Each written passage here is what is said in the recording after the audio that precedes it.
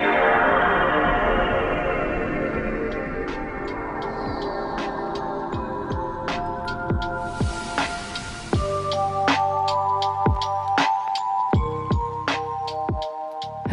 and welcome to Glitch Cube, we're a gaming podcast, and each week we take a deeper look into the art of video games. As always, I'm Christian. And I'm Chris. And welcome back, everybody. Thank you guys for joining us once again as we dive further into the world of games.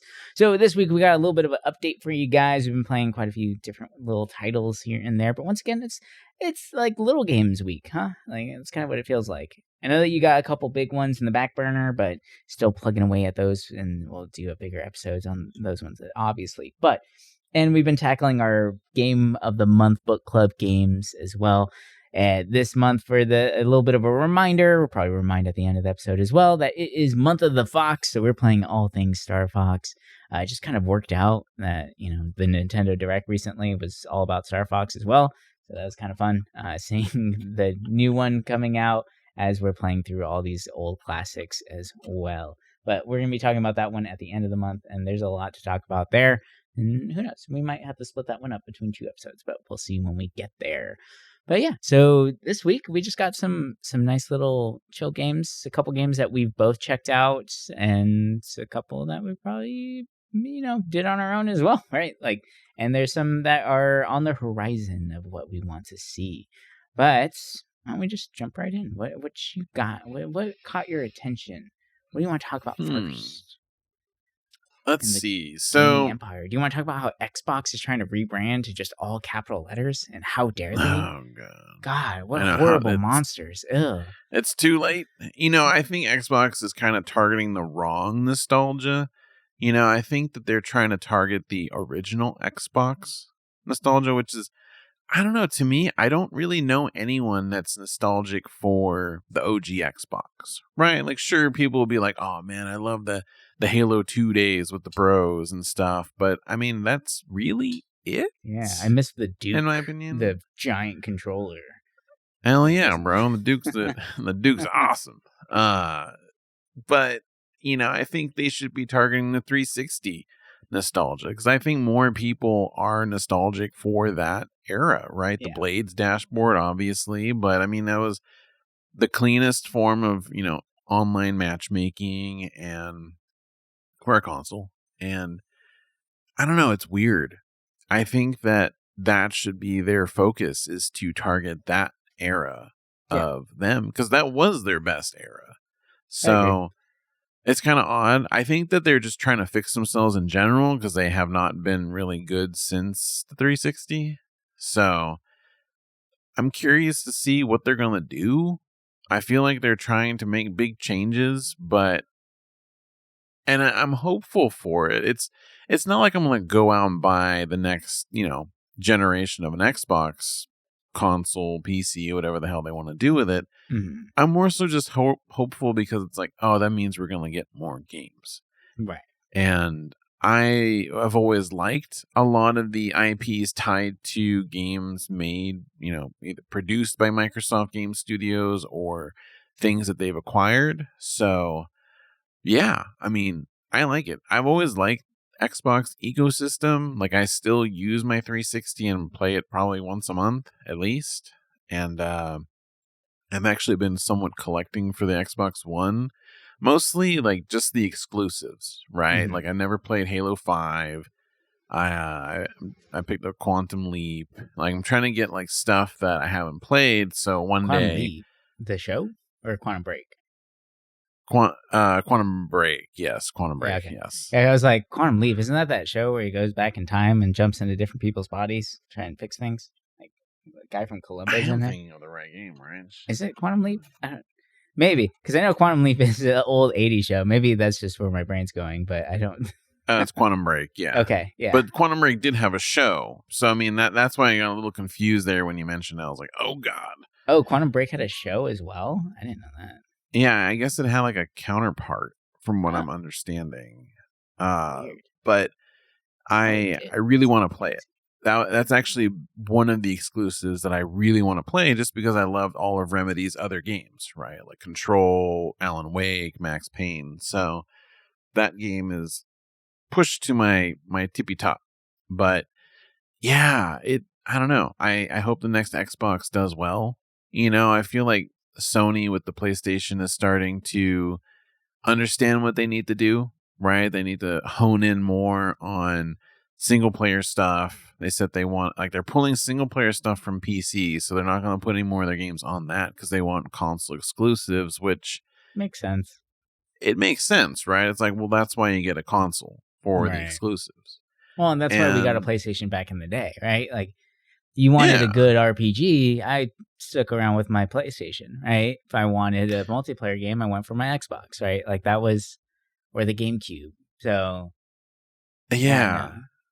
it's very smart. And I think, and then you look at Nintendo, and I think Nintendo's been doing a pretty decent job with its new games. I think that they're kind of learning, like, some of their misses during the Switch, like, they're kind of fixing that with the Switch too. So I'm curious to see kind of going forward what they do. I mean, a remake of Star Fox is kind of predictable, but it's not a bad choice, right? Star Fox 64 still amazing to this day, right? Yeah. Like, little behind the scenes, I have been working through the Star Fox games, and it's kind of hard to really surpass 64 in a lot of ways. It was just the easy on the rail shooter. But I think, like,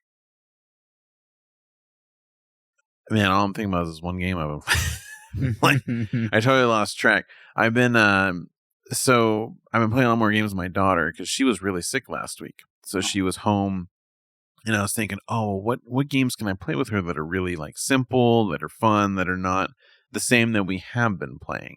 And Pocopia has been our go-to for the most part. It's really taught her a lot how to play, how to, like, kind of put stuff, pick stuff up, move it, which has been awesome. I Yeah, still play that game at least daily, a little bit.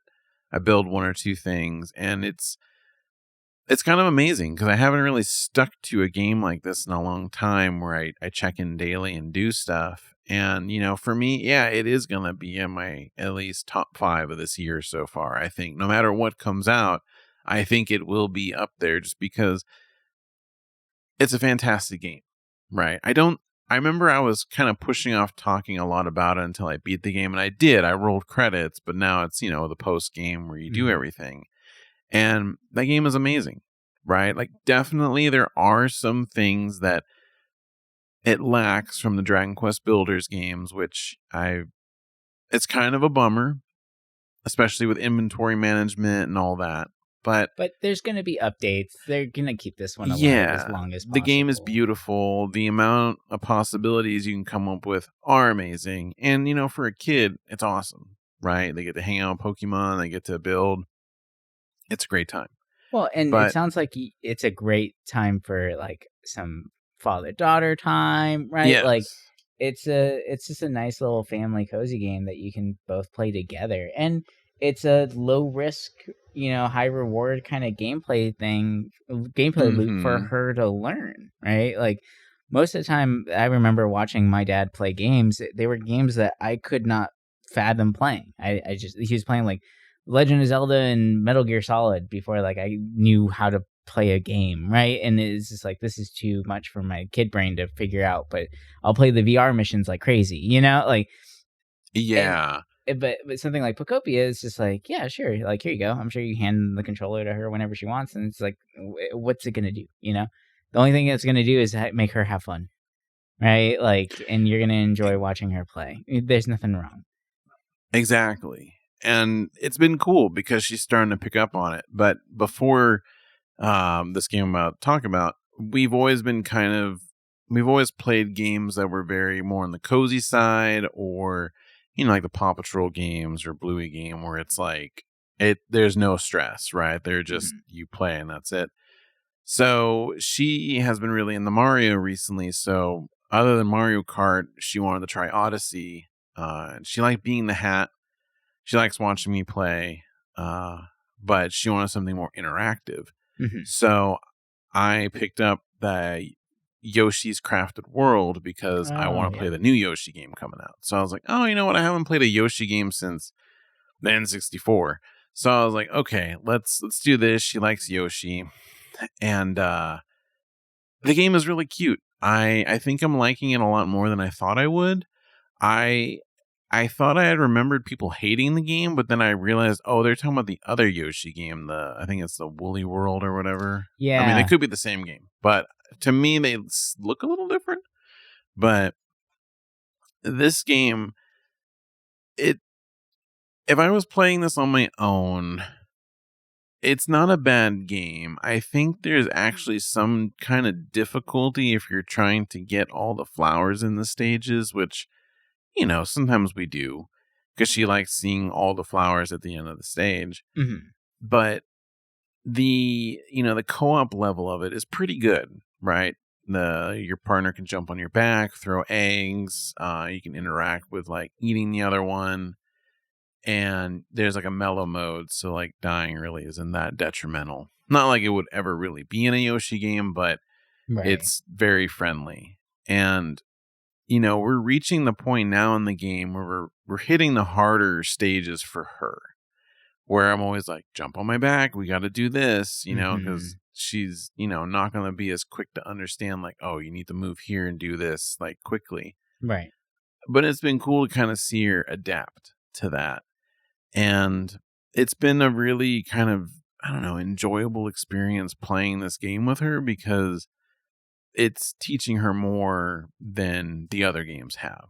And it's also making me really appreciate Yoshi more, which, I loved Yoshi as a kid. Yoshi's Island, the Super Mario World 2 Oh, yeah. on the SNES. I loved that game. I still love it to this day. It's one of my favorite games on that console just because the art style is awesome, the music is amazing, and the gameplay mechanic of protecting baby Mario is pretty awesome Mhm. itself.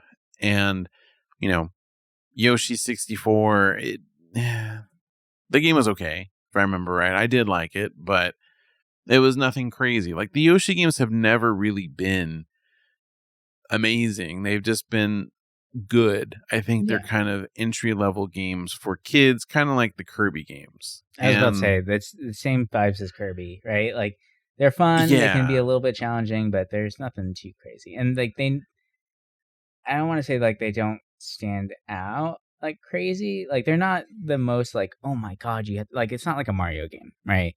Where yeah. everyone's like, oh, I gotta play Odyssey. It's like, nah, like I could play a Yoshi game, right? Like it's Like not gonna break Kirby the game. stands out more than Yoshi, usually when people talk about a secondary platformer for Nintendo Hmm. properties. And it makes sense. This Yoshi game is surprisingly like there's a lot to do, right? With costumes and finding the dogs. So that's been a really good time.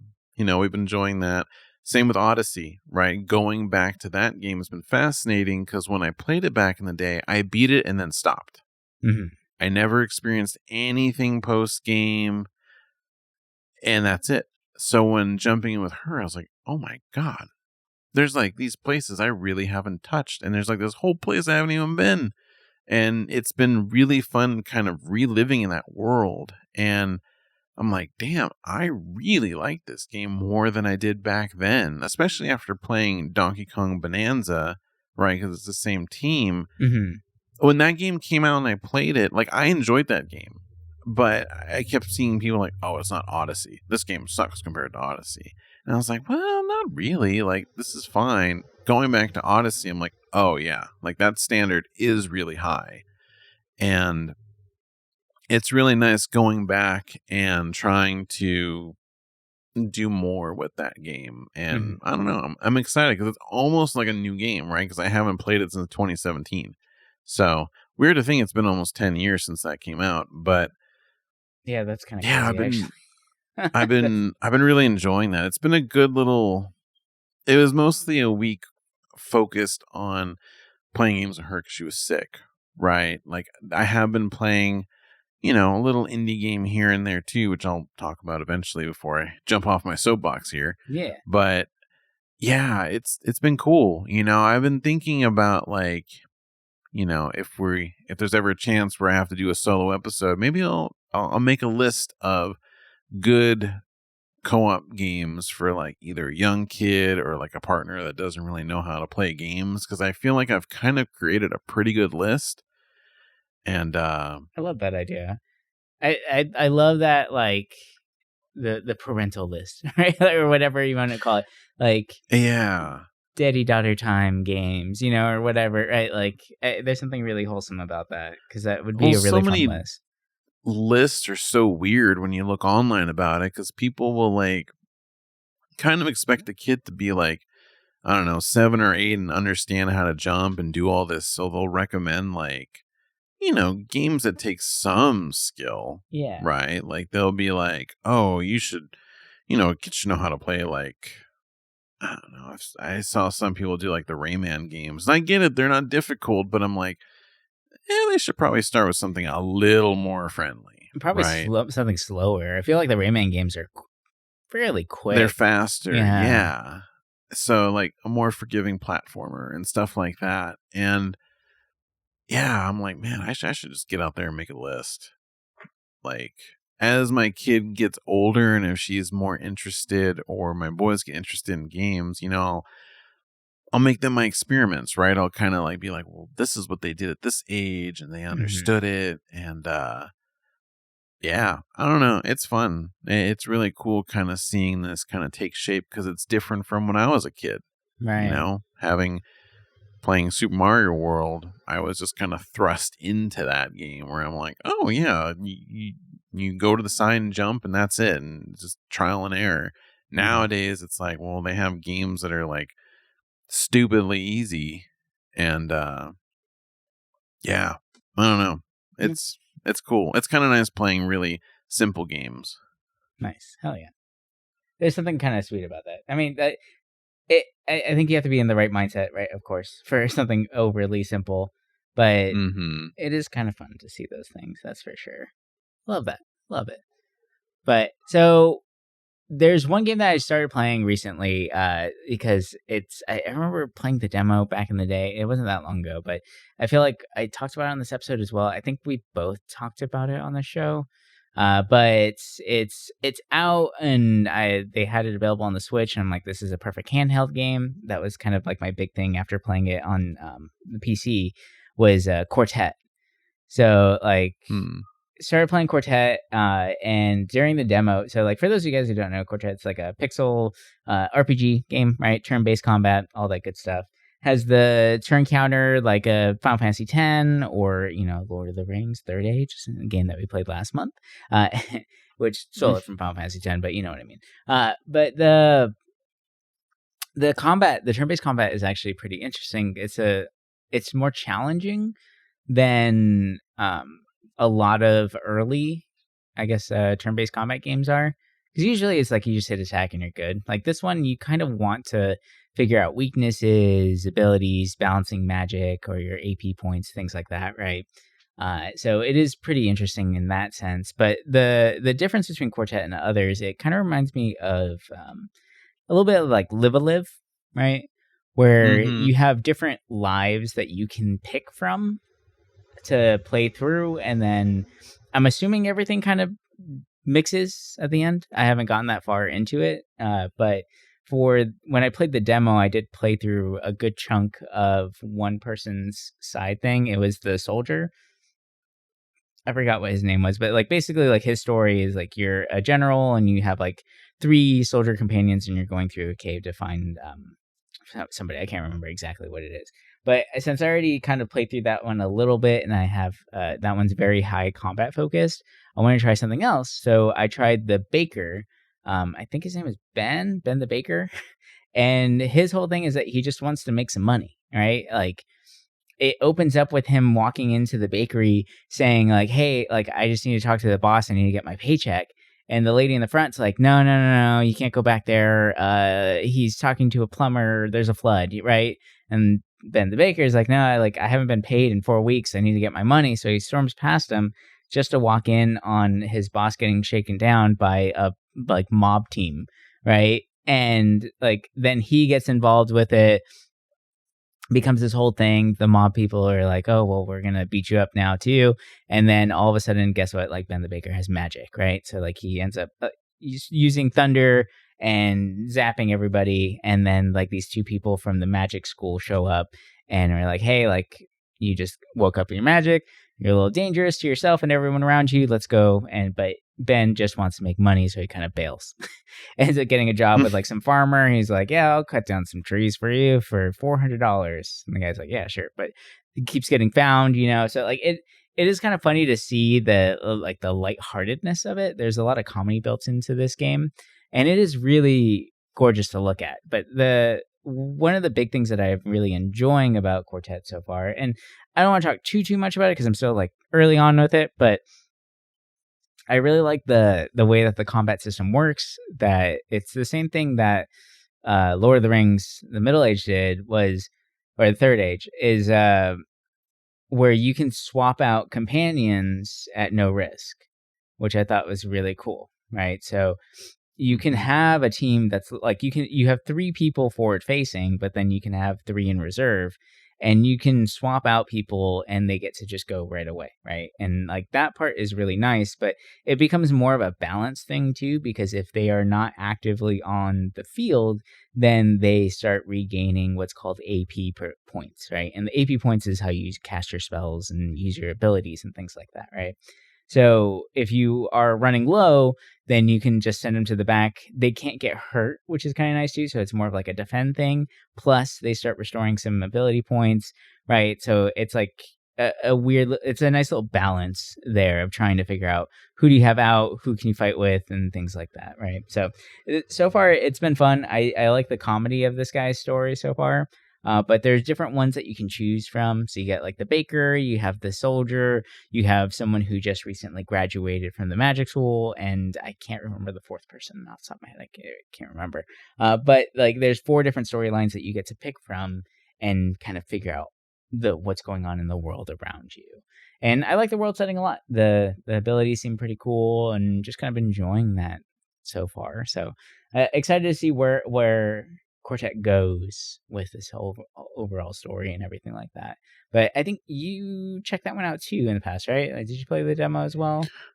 I actually played the game for a little bit. I fell off because I think I was trying to beat a bunch of games for like the end of the year. But this game, in my opinion, was one of the better RPGs of last year, especially indie. Maybe for indie, it might be the best, or up there. When you look at this game, it's pretty easy to be like, oh, it's nostalgia bait. It's trying to hit that SNES kind of look and feel, and it's easy to think that.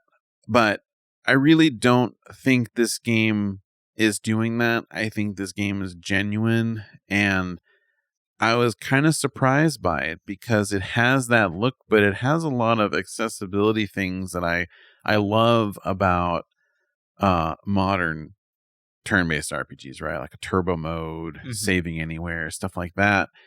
And this game is really cool. Like there's surprisingly a deep amount to it. And I think I got about 12 hours into it. So I got decently into it. And I really liked it. It did feel like an older game, but with modern conveniences. I feel like there was a part where I was like, oh man, I feel like the writing was like good. I felt like there was like 1 or 2 parts where I was like, huh? But compared to a lot of other RPGs from indie developers, I think this one is done really well. And honestly, like for anyone that wants like an older RPG, but like new, this is probably the one that I would be like, play this. Right, like there's been a couple, right, like Chain Echoes, Sea of Stars, that those 2 are easy to recommend to people. Oh, and those 2 are fantastic. But yeah. I feel like Quartet is very special, and it's sad that it never really blew up because I think it came out towards the end of the year as well. So a lot of people, it didn't make a lot of people's lists. Critics out there that did rate it really liked it, but just not enough people talked about it at all. And it's a bummer because I was like, oh man, like this could be one of those indie RPGs that people hold in high regards, but no one's really talking about it. It's sad. So I don't know. I'm hoping it gets more exposure. I think more people are kind of getting back in the turn-based RPGs, aside from, like Clair Obscur and all that stuff. Right. But I think these older style of RPGs are being done in a much better way than they were 10 years ago. There's more love put in it, more work that makes it more interesting. Right. Yeah. Totally agree with that. And then the other game that I checked out that's been, it looks really interesting. And so it's on Game Pass right now if you guys want to see it. I was on front page of Steam page for a little bit. But Motorslice as well. Very interesting concept for a game. And I'm very... because I love Shadow of the Colossus. I love those kind of fight scenes, that kind of stuff where it's large creatures, all that.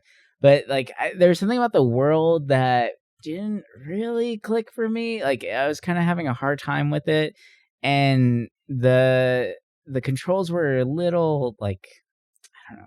I feel like for it being so heavy with the parkour and all that, it did feel a little rough at certain parts.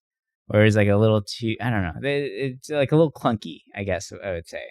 Or the character jumps whenever you don't want him to jump, kind of thing, right? If you hold down A to one, for instance, right? They have an auto jump feature, which is kind of nice, right? So if you're hanging from poles and you swing from pole to pole, you can just hold down A and you just continuously jump, right? But if you hold down A for just a little bit too long, they'll keep the jump going even after the last one, and then they just jump to their death. And it's well, all right, I guess I gotta do that again, right? So there was a little bit of that going on, but while I like the aesthetic of the game, there was a lot of kind of emptiness, which I felt was a shame, because if you looked up, there was a lot of really interesting architecture and interesting shapes happening above you, but in the early stages of the game, it's kind of plain, right? And the enemies you're fighting are just construction equipment. So I don't know. I was trying to kind of wrap my head around it. Maybe I have to play a little bit more to really get it. But you just have a bunch of little bulldozer crane things bum rushing you when you get too close, and you just kind of cut them up with a chainsaw real quick. So I don't know. I kind of feel like I'm bouncing off of it, which is a shame because it looks interesting. I like the vibe. The music is great. I will say that. Especially when the music comes whenever you're fighting something, that's really fun. And the boss battles are more like a puzzle, but I don't know. I'm still kind of on the fence on this one. So, yeah. I played a little bit of it, and I like the vibe of it. I think there's a lot of ambition here. I think that, the parkour is a little janky, but once you get into it, it gets a little better, right? It's almost about being more precise than the Assassin's Creed kind of parkour, where it's you just run up to an edge and you jump. And I think that, the Shadow of the Colossus kind of feel to it, where it's kind of you're just going to the next big boss and you deal with it, is an interesting thing that, surprisingly doesn't get done a whole lot nowadays. I feel like people started to, but then they just kind of turned those games into Souls-like, and that was it. Right. So any kind of game that kind of goes back to that older feel, I'm down for, which got me interested in this game originally. But yeah, I don't know. I feel like there's just something about this game that's kind of missing. And it's not a bad game. I think it's just it needs a little bit more of something. I don't know what that is. It's not the close-ups of the feet. I know I got to that part in it and I was oh god. Yeah. That stuff just makes me chuckle though. But I've seen people get mad about that, and I'm oh, come on, it's kind of funny. But yeah, just leave it alone. If you don't like it, just don't do it. yeah, exactly. But Yeah, it's interesting. I think it's on Game Pass, so I mean, there's that. You can check it out Mm-hmm. that way. Otherwise, it's like, I don't know. I think that with this ambition, the next game they do, or if they improve on this, it's going to be really interesting to see what they Yeah, do. they do I have like a these really kind good of idea for this game. So I am excited to see what else they can come up with. Like this is a great proof of concept, right? I think, but there's something that, like you said, the Shadow of the Colossus games scratched a very particular itch, right? They found, but I mean, come on, like the guy's a genius, right? In coming up with the perfect balance between the ebb and flow of getting to the location that you need to go to, that kind of thing. And that's really hard to mimic or recreate.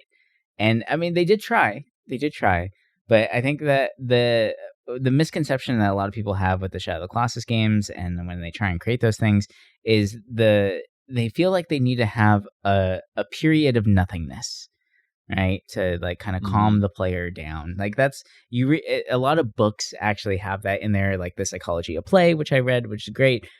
Talks about that, like the ebb and flow of these things. There's even some like there's books specifically on Shadow of the Colossus as well that speak about that, articles, interviews with him and everything, where they study that idea of an ebb and flow. Like you need to be able to calm the player down before to make the big bad that much more dramatic and exciting whenever they do encounter them.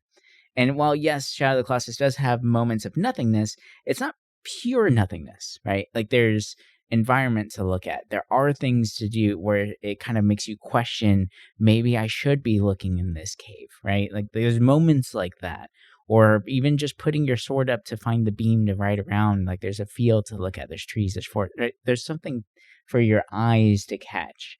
But with this game, Motorslice, like there's just kind of like, here's a really long hallway, ain't nothing to look at, right? Like, yeah, I felt like the stages were kind of long.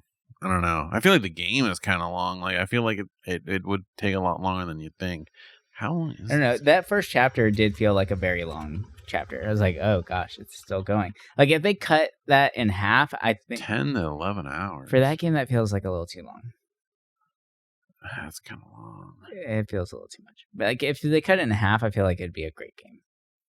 Like if they cut some of those hallways down in half, like the time running around like that, I think it'd be really nice. And I feel like those moments in which you can take a break in the game, because that's like there's little spots like points of interest where you can stop and rest, and then like you talk to your little AI drone guy, you take pictures of yourself, that kind of thing, and you get little conversation beats. I feel like those would hit harder if the moments leading up to them weren't so stale, right? So, but I mean, visually, music, like presentation wise, interesting game. Very excited to see what happens with it. But it might be one of those like pick up and play like a chapter every once in a while. There's like 10 chapters in the game, so it does take a little bit to get through it. So, I don't know. We'll see what happens. Yeah. But, yeah. All right. Well, that's going to do it for us this week. Hope you guys have enjoyed this little conversation here into some games. Got a lot to talk about, right? Got some nice little family cozy games, some good starter games for kids. We got some Quartet, some freaking Motorslice, right? Like all kinds of crazy things, right? And just as another gentle reminder, this game of the month is all about Star Fox. So this time, instead of focusing on one game, it is everything Star Fox. So when you hear our game of the month episode, it's just going to be a bunch of different games that we're going to be talking about. So be on the lookout for that. Really excited to talk to you guys about that one. But anyway, we'll talk to you guys next week with some more games and all that good stuff. But until then, bye for now.